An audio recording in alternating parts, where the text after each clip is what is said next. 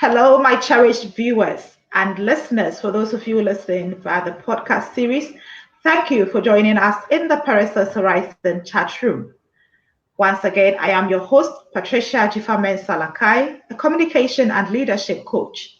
I'm the founder of Peris's Horizon and the two-time self-published author of Fearless, Fabulous, and Flamboyant, as well as Untangling That Tongue, No More Fear of Public Speaking.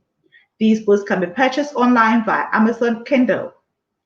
The books have been the bedrock of the Peris's Horizon Chatroom series, where I seek to bring your way people who are here to share their fearless, fabulous, and flamboyant tales, inspirational stories of their journeys through life to work on those goals that they're so passionate about. We can't achieve our dreams if we don't consistently work at it. And it is always inspiring to listen to how others are overcoming their struggles, the challenges, and still persevering so that they can keep scaling higher heights until that goal is achieved. And after one goal has been successful, I always say, why stop there? Keep moving until you see that next horizon.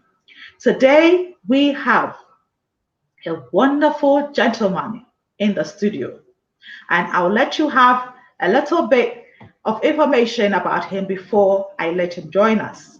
He is Richard Ninote Edumwa. He's a proactive young man taking bold steps to see positive mindset change among millennials in Africa. He is the founder and CEO of Hojja Africa, and he is going to tell us a lot more about it. I know he is eager to share that. He has been using Hojja as an initiative that will help bridge the knowledge and culture, as well as offer networking opportunities in closing that gap on the African continent. He attended Central University, where he earned his bachelor degree in architecture, and he's a member of the 2018 British Council Nesta Creative Enterprise Program. Trust me, he has so much knowledge and information, not just in theory, but in practice. He's going to share a bit more with us today as we speak on the topic. Let me bring, I'm going to call Richard in right now. Hi, Richard. Hello, can you hear me? I can. It is a delight to have you in our studios today as we go into the transforming the African mind, the Hoja journey, because I know you are on a mission to challenge mindsets, especially amongst millennials, so that we can transform the trajectory of the African continent. So it is indeed exciting to have you here with us. Yes, indeed, it is exciting, and I'm very much excited to be on your platform. It's a great platform, and I appreciate the offer to be here. Today, I'm going to share a lot about myself, what I've been doing, some of my initiatives, and how I've gone through my transformational phase. And so I trust that you stick with me, and I'll share a bit more about myself today. Wonderful. So, for those who are watching or listening to us right now, I have given a little brief about you. But now tell us more about yourself. Who is Richard? Okay, so Richard, let me start by my full name. I am Richard Ninote Adumoa, and I usually want to focus on the Ninote because I'm the second male child of my father, and I come from a family of five, with me being the youngest.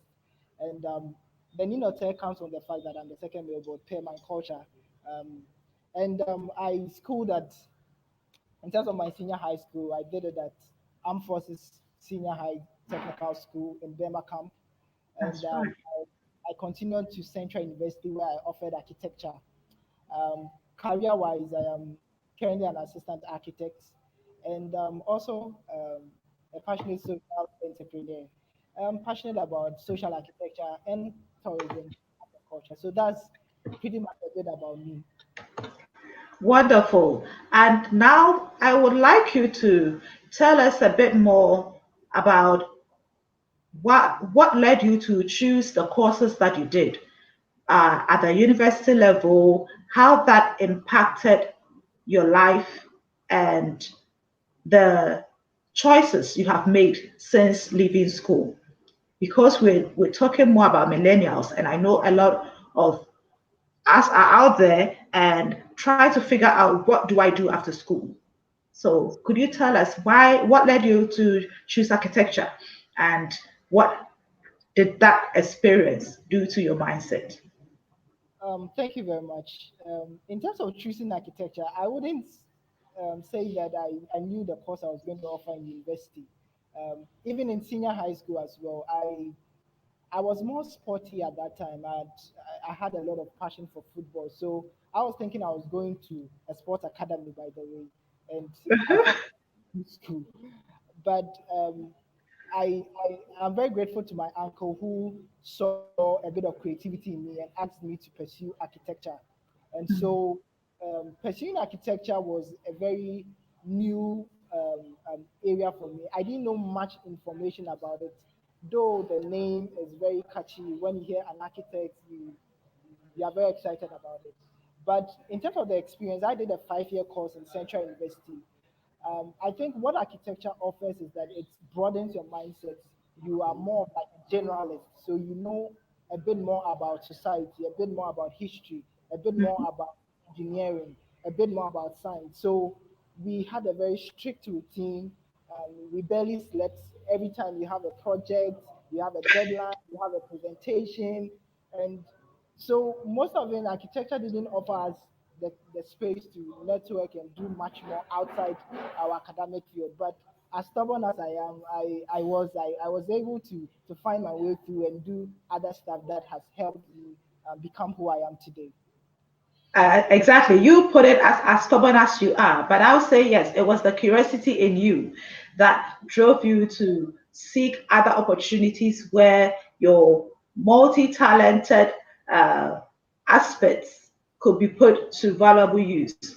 So, now, could you tell us, in terms of working on these projects and trying to meet timelines and deadlines, how that experience in general is being translated in your current life, in terms of the lessons that you learned out of that experience, how that is helping or shaping your journeys and the decisions you make right now? Well, I will take it from this angle. When you start architecture, usually you are taken through a number of phases in terms of learning how to draw, learning how to research, learning how to define spaces and all those things. Now, when you learn those rudiments, what it does is it programs you to be project oriented. So I think the first architecture did for me is to make me more project oriented. Then secondly, you have to be time conscious in terms of knowing that your presentation are time bound. So you do a lot of planning. So one of the things that architecture taught me is to how to plan, because that is what you do in the building industry. You plan spaces that are to be inhabited maybe immediately or in the near future. So you do a Yeah. lot of. Then I think the third point would be brainstorming. You are supposed to be creative. You are supposed to come out with things that are very functional but also very aesthetically pleasing. And so what that does is your mind is stretched.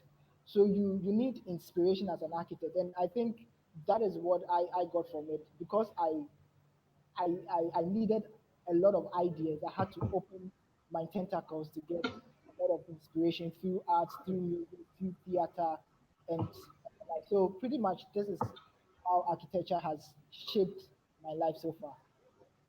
All right.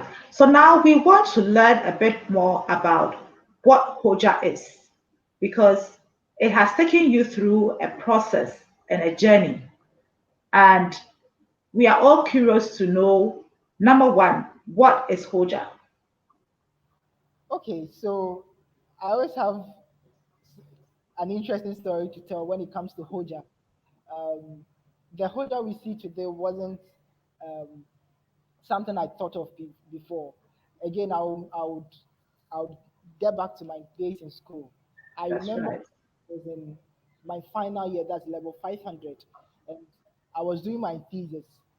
I think I came to a point where I had an awakening that, hey, you're about to leave school. You've already spent 5 years already. What else have you done? And Mm-hmm. those with my Central University colleagues who understand the school setup, it's pretty much three areas. It's lecture hall, hostel, or you go to the Trinity Hall. That is more of like where we had most of our activities. So you don't have any external sort of lifestyle. Mm-hmm. But in that very year, that's my fifth year, there was this great hunger, and I wanted to know more. Curious, I wanted to be curious about anything, and so I started researching about volunteerism opportunities, trips. I think one strong thing that hit me was how can we spend 4 or 5 years in school and not have a travel experience, especially Mm-hmm. to our continent. And so around that same time, I think um, I, I was favored and I had the opportunity to do my first trips. In fact, based on even this desire, I had to select a thesis topic that will force me to move out of my campus. So I did a lot of traveling with my thesis, going to the Volta, going to the Eastern region. And then I had an opportunity to go to Rwanda. And I think that was when the whole Hojja initiative began. I attended a conference called the Youth Connect Africa. And Mm-hmm. whilst I was there, I had a very interesting experience. I had fellow Africans that I've not met before, friends from Tanzania, people that you are meeting for the first time. And you also have non-Africans.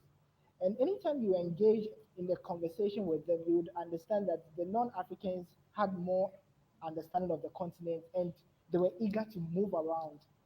And so when we knew that we are missing something as young Africans. Learning is not just in the universities or in our lecture halls.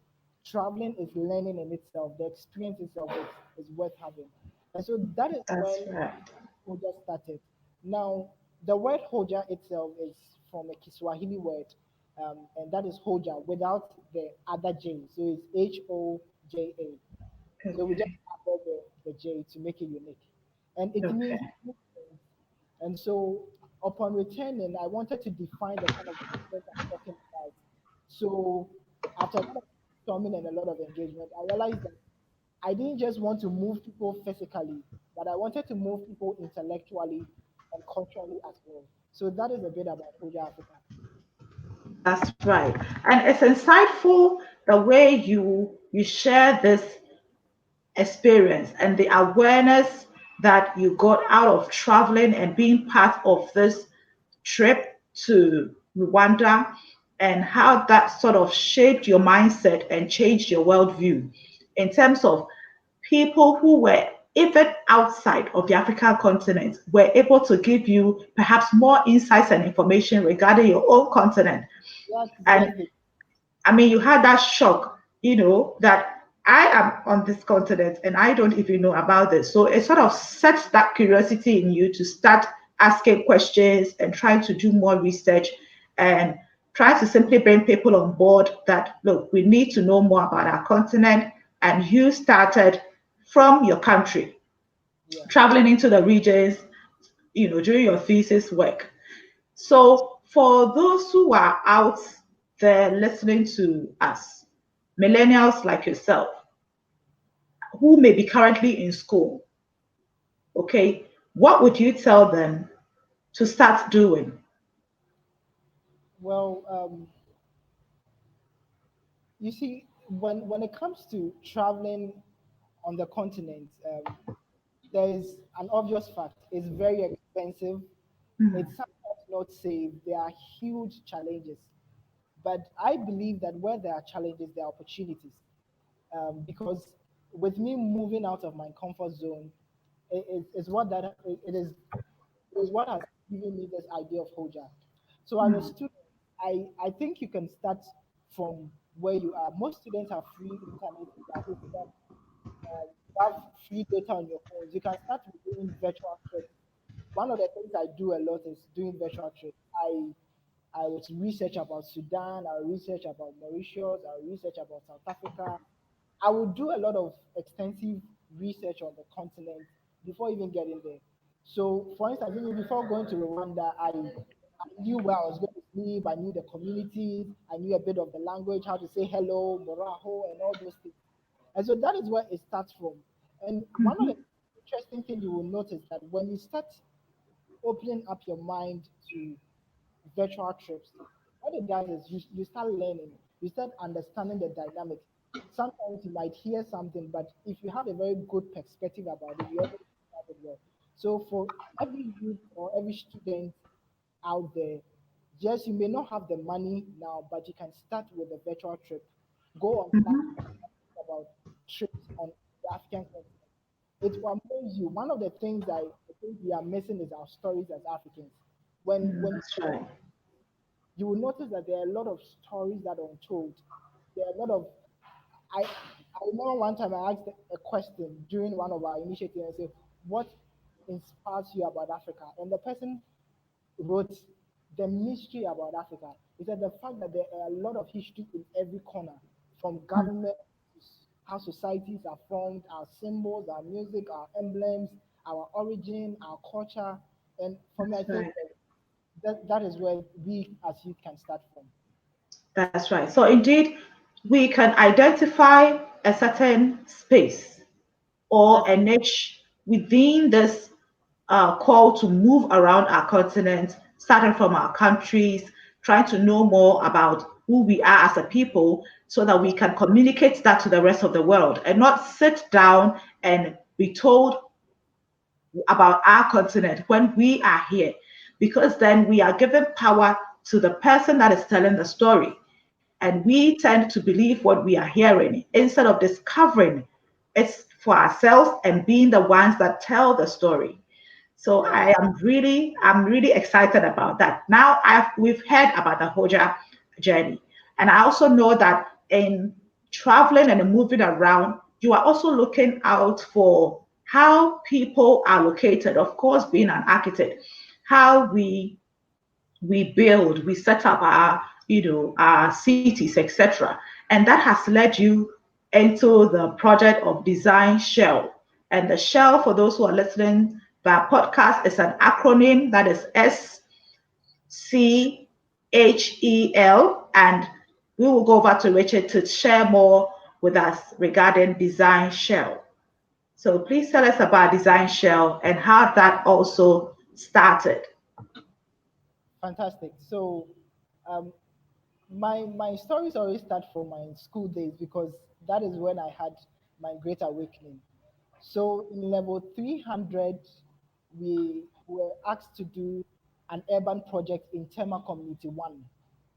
And in that project, we were tasked to come out with affordable housing spaces and also redesign some aspect of the urban space. And like I said, with architecture, you don't just jump onto designing. You have to do research. You have to engage the people. And in going through the process, I noticed the place of architecture in social development. I I also noticed the fact that architecture is not only a service for the rich, but architecture is about building spaces that solve a problem or allow a certain kind of existence. Mhm. And so I had nurtured that kind of desire for about 3 years now.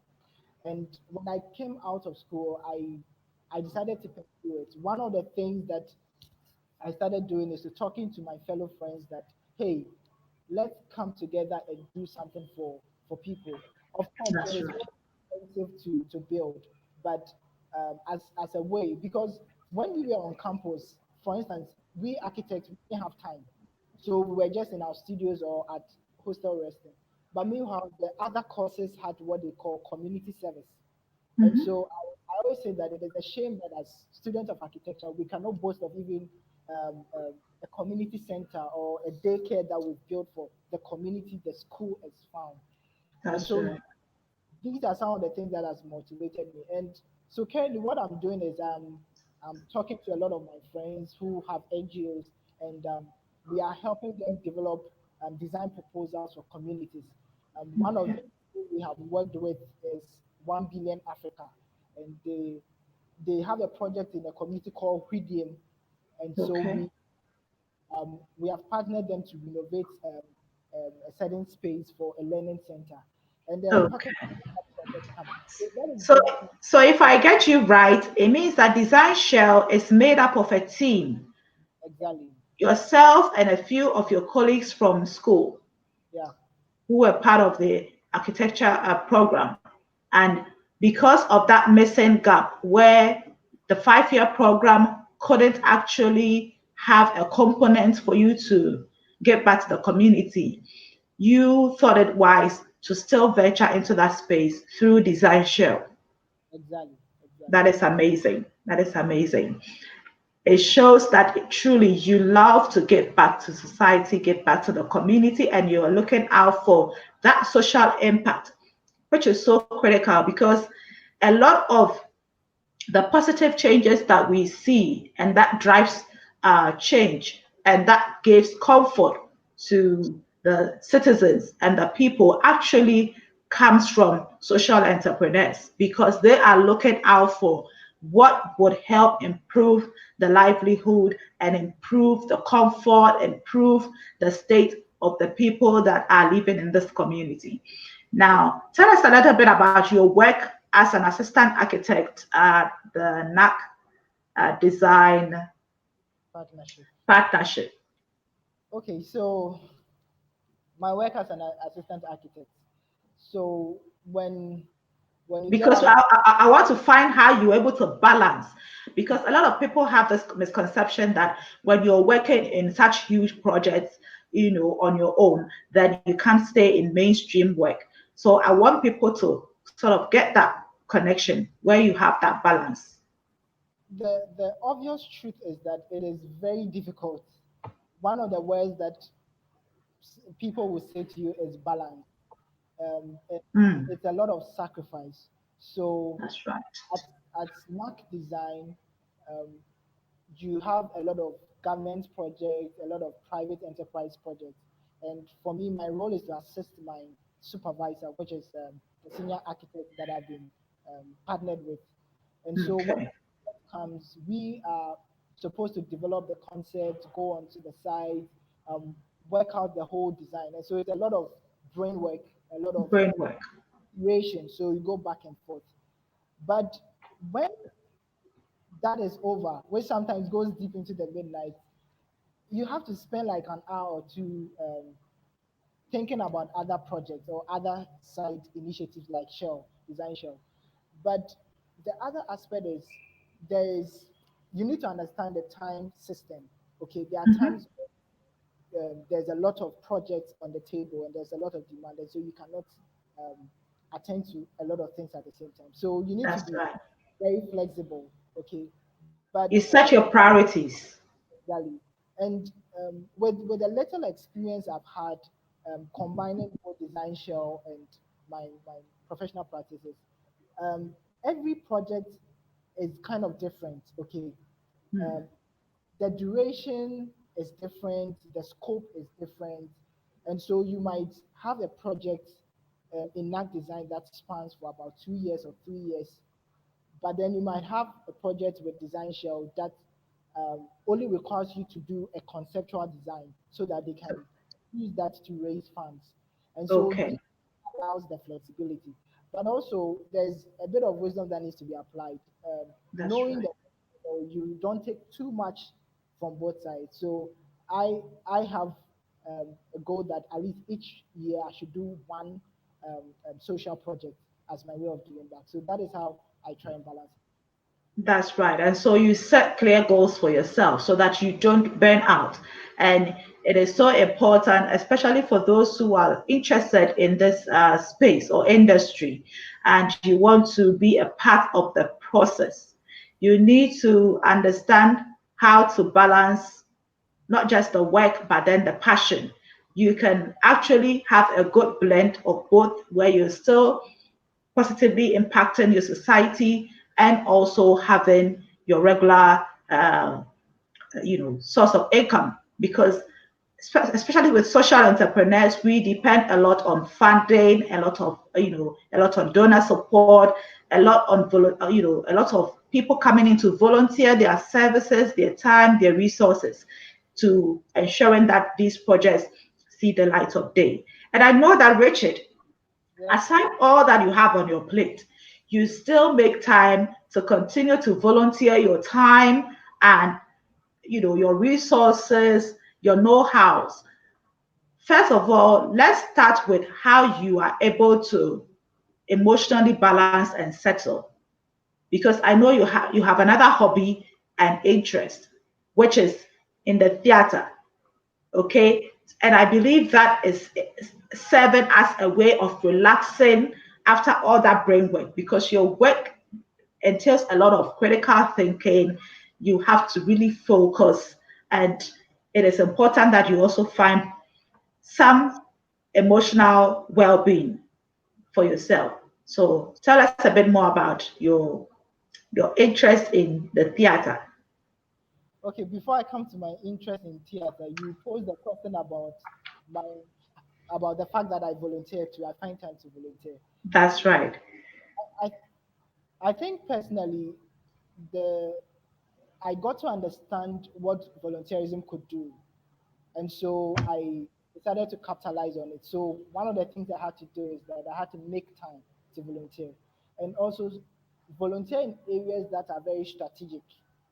And most of the times, I volunteer in places where I'll be so uncomfortable because I I a lot of things there are a lot of things I don't know. So I volunteer in spaces that would challenge me to talk. I volunteer in spaces that would challenge me to be more organized. I challenge myself to be in spaces where people are more like knowledgeable than myself so that I could learn from them. And That's right. it's also a mindset.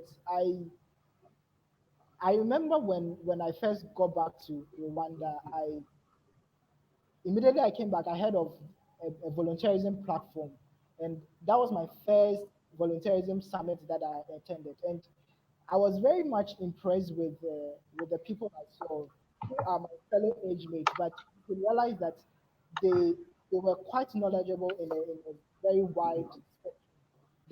They understood a bit of politics. They can relate to the Mm, normal person on the street. They can relate to the diplomat, all because they've learned to volunteer in various spaces. So for me, that's volunteering is my way of learning. Personally, right. I volunteer for you because I want to learn. I think it's one of the best choices that I have done for myself, That's right. to myself. Then um, with my passion in theater, theater started way back in school because it was my way of distressing.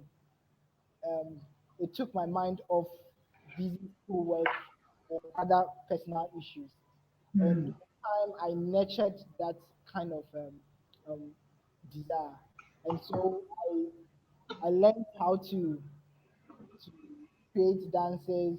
I learned how to write. I hung out with a lot of the poets, and things that I didn't have, I learned to pick it up. And so that is where the theater aspect started came in.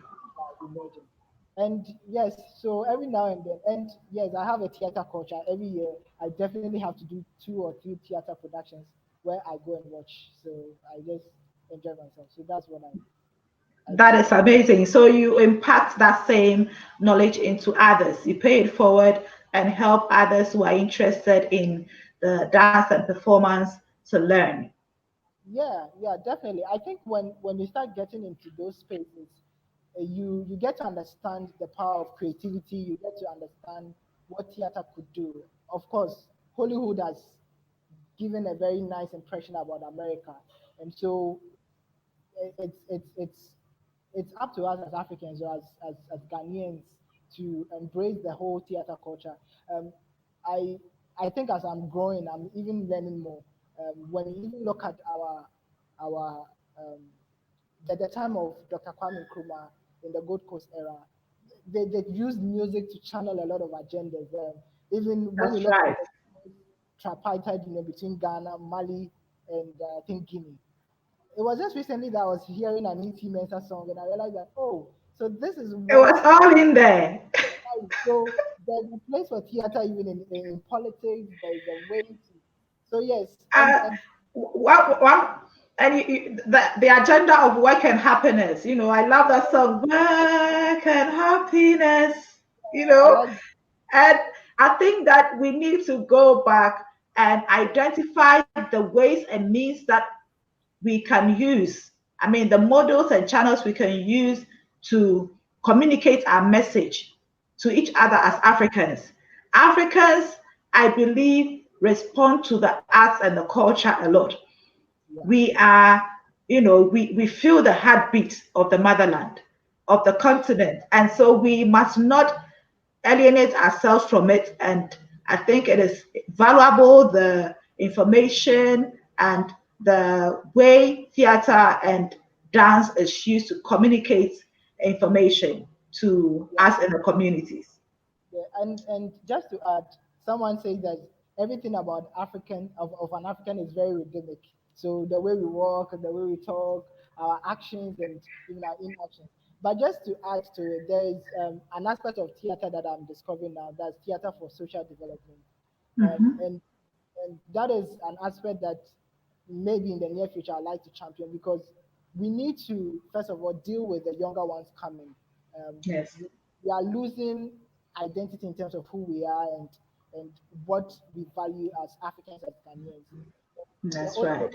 that is to use theater. I think when we were growing up, there was by the fireside. There was I know, I mentioned that somewhere. I don't know whether it featured in my book, but then, I mean, when I was at Central Kotoka JHS, we used to act in by the fireside, and where you would go in with Mami Dokuno, ask questions about Kwekwanansi. And I was speaking to one of my mates from Accra Girls, who is also in the teaching space when it comes to the arts and performance. And we were discussing how Disney is introducing Anansi. Why would Africans sit down for Disney to come and tell us Kweku Anansi stories? And we leave the narrative in their hands to come back and we pay for our children to go and learn about Anansi. We need to go back. This is the point where I say Sankofa. I'm challenging those in the arts and performance industry, movie producers. The folk tales, the folklore, and the Anansi story cannot be left in the hands of Disney to be telling us about Kweku Anansi and changing the narrative. Whether it's being changed or not, that communication must emanate from the African continent to the world. Kweku Anansi, they have Spider-Man. They can continue with Spider-Man. No business about it. We had Kweku Anansi, and Kweku Anansi has a lot of wisdom tales to tell us for societal, I mean, good, because you learn the consequences of the negative actions of Kukwanansi. And it wasn't to scare us, it was to create that awareness of what is right and what is wrong in terms of our moral upbringing and our culture. So, for those who are watching and are in the movie industry or the arts and performance industry, please bring back our Kwekwanansi story. It cannot be left in the hands of Disney. let me share some thoughts about this aspect. So um, I am I keep saying that I'm on a journey to of self-discovery. So one of the things that I am learning is my Ghana roots, who I am, why my name. And it will interest you to know that even in my culture as a Ghana, the naming system is so amazing. Like you Mm. mentioned, your name and it's like a GPS. They know Everybody can trace you. even a Ghana, you know where I'm from. In fact, it, one of the things that surprised me is that before even I give birth, my child's name is already there for me. So I like there's no way I could go you, south. you cannot deviate. It happened to me. I remember the first instance we had to change the name of the first daughter because then we got the realization no, she's the firstborn and she's the girl. No, it can't be Lale because we have Lale. It has to be Latele. And then it just went on and on. And the second one has to be Adoko. I was like, okay, please just tell me the rest. So it is beautiful to realize that we can actually have that family tree in terms Exactly. of where the gas are involved. You can actually trace the lineage and trace the family line. So in effect, if the naming is done right, then you can't lose your clan members. They can't get lost.